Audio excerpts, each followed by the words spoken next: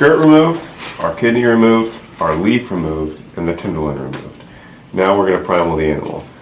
There are a number of different ways to do that, but the most traditional, kind of standard American style of breaking this down, separating the ham from the loin and belly and shoulder, is by coming to this little bend in the spine. We generally aim for the second disc in the vertebrae here, and this is not something that seems like you should be able to do. You can cut the disc very carefully as not to cut into the spine, which is not a great thing to do. But you can cut to the disc and then finish the cut from the table all the way down, from the belly and the loin.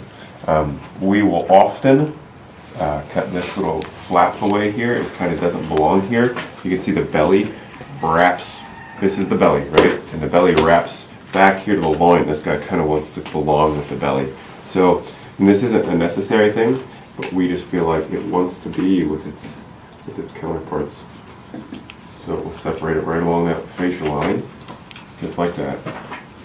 And then when we make the cut here to separate this loin and belly and shoulder from the ham, we have something to work with. We'll come down to the table, all the way down, and then pretty much in line with our cut up here. And then I'll lift this out of the way, make sure I'm lined up and my cuts look okay. This over there, Tim? That'd be great, thank you.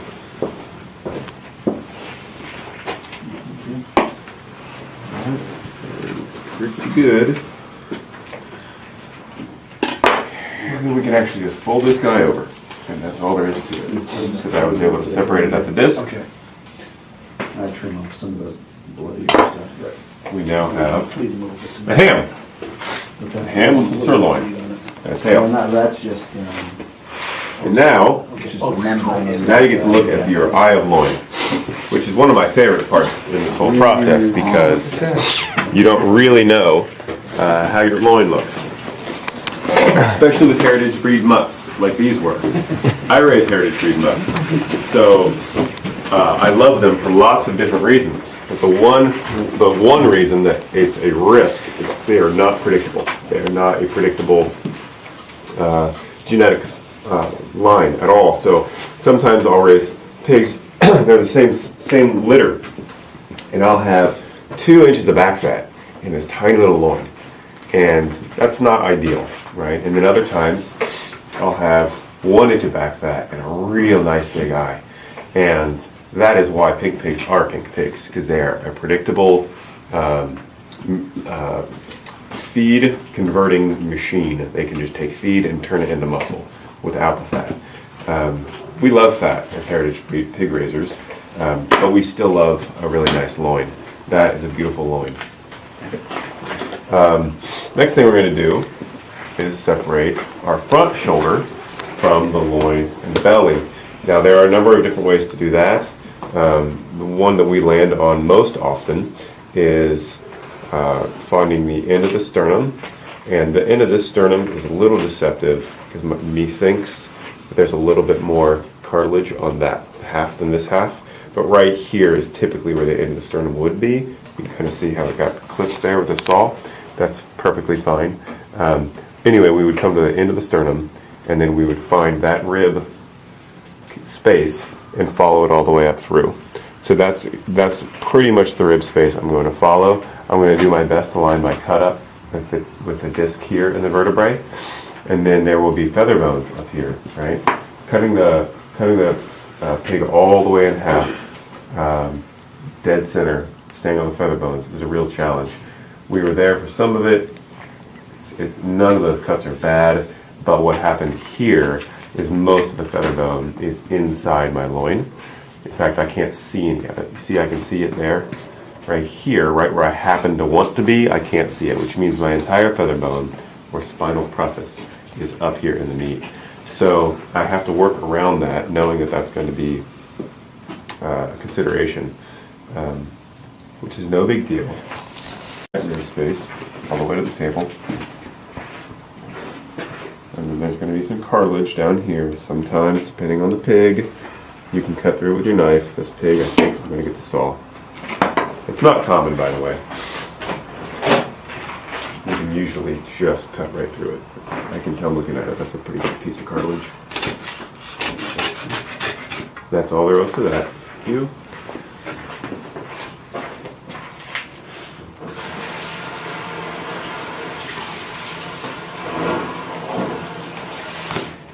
Alright, now, as I mentioned, the feather bone situation is a tricky one. But if you know it's there, you can kind of prevent yourself from being confounded. And there it is. So just by exposing it, I get a better sense of where my cut needs to be, right? So that's all bone right there. And I'm going to come on this side of the bone and hope that I made the right decision.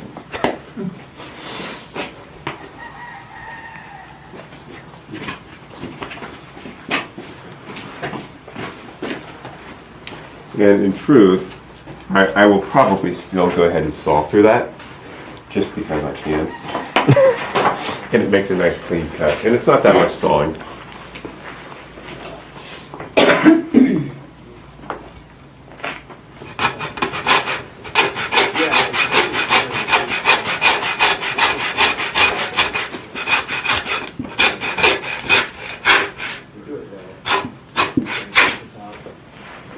Thank you. Cut is finished all the way through.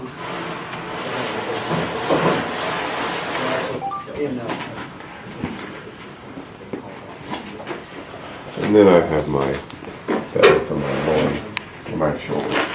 So, wonderful. That's wonderful. Now, a lot of people have wondered, where is the belly? Yeah, where's the bacon? And you can see it right there, right? That is kind of true. What a beautiful shot, too. Yeah, it's gorgeous. Historically, the bacon is the belly right here, but there is some left over in the front, just like there was some left over back here. So that can be trimmed up. It does taper real quickly up here, but that's a real nice looking belly. So the next thing we do, we've got a shoulder, we've got a ham, and we've got a loin and a belly. So the next thing to make this a proper primal is to cut this guy in half. Now, there are a number of ways to do that. A lot of them determine what your outcome is. So typically, in the way that we kind of encourage people to go, because it makes the most sense for a few different reasons, like later on down the road, but we know that we're going to want our loin to be separated from our belly, but most people, while they love loin, they also love bacon. So we will look at the loin on both sides, trim, and we'll make a notch like right here, right? And that's gives me enough space when I go to cut. I'm probably not going to hit my loin with it, right? And then I do the same thing over here. I see my loin. I don't want a notch right there. That's just too risky. I give myself about 1/2 to 3/4 of an inch right there. Then I want to connect these two dots, right? I have ribs here. I'm not going to be able to cut those ribs. One way, if you want to go this route, you can actually do this, go all the way to the table, coming up between each rib, going back down, and then you end up with a bunch of punctures, and you flip it over, and you connect the dots, with the knife and cut through the skin and the fat. You still have the ribs to cut through. So I feel like if you're going to cut through the ribs with a saw, just make life easier. I do want to cut along this line, so I'm just going to draw an imaginary line as a score mark. My ribs stop right here, so I can go to the table with this after the ribs. More bacon. But look at that. But I still have these ribs to go through. So I'm going to get the saw again, please. Thank you. And I'm going to connect, from this point to this point. This is a less than glamorous cutting job, by the way. It's really hard to do this and look sexy. but because it's just a lot of. Try. Yeah, I still try. Still try. So that's all of our challenge when we're doing this later, is do it but look sexy. On camera. Yeah. I'm amazed how quiet you guys are being. Is that because of the camera? Being respectful of the video? I don't know. What's up, camera? Yeah, it was up quite a bit yesterday. Now I'm just gonna see. Ah, I knew Because it was everybody's gonna- frozen. I'm thinking to myself, he's not gonna cut through all of them.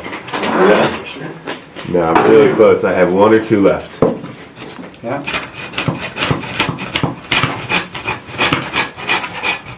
That right there is a nice trick.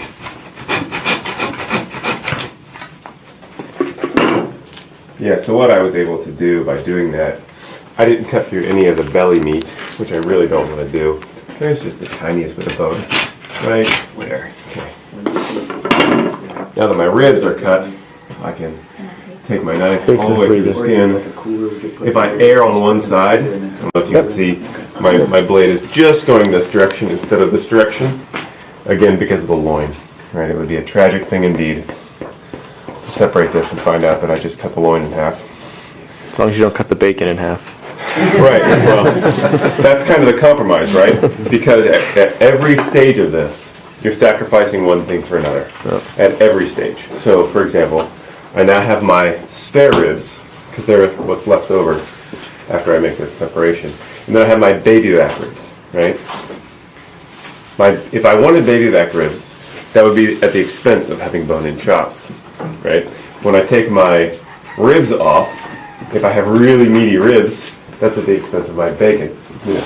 Like every single step of the way, you have to make the decision. Like, what's the most important thing? What do we love the most? You know, what is the hardest for us to get our hands on? You know, whatever it might be.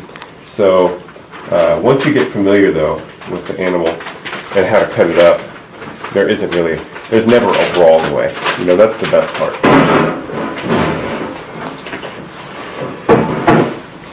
Now we have our shoulder, our loin, our belly, and our ham.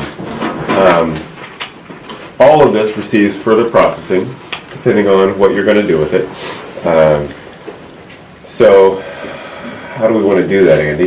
We can go ahead and I can show you how to separate what's called the Boston butt, which is the front shoulder, from the picnic ham. And the trotter and the hop. Lower part of the shoulder. We have the hock here and the trotter. We've got our spare ribs that still need to be removed from the belly. We have a sirloin, which is, again, usually more valued on a beef because it's larger. This tapers real quick, so there's not a ton of meat back in there. We have what will become probably prosciutto with this leg. And to do that, that'll require a whole different demo. But for our immediate purposes, I'll start by removing the spare ribs from the belly, because we know that's going to happen, right? Regardless of the direction the rest of this thing goes, we know that we don't want bones in our bacon.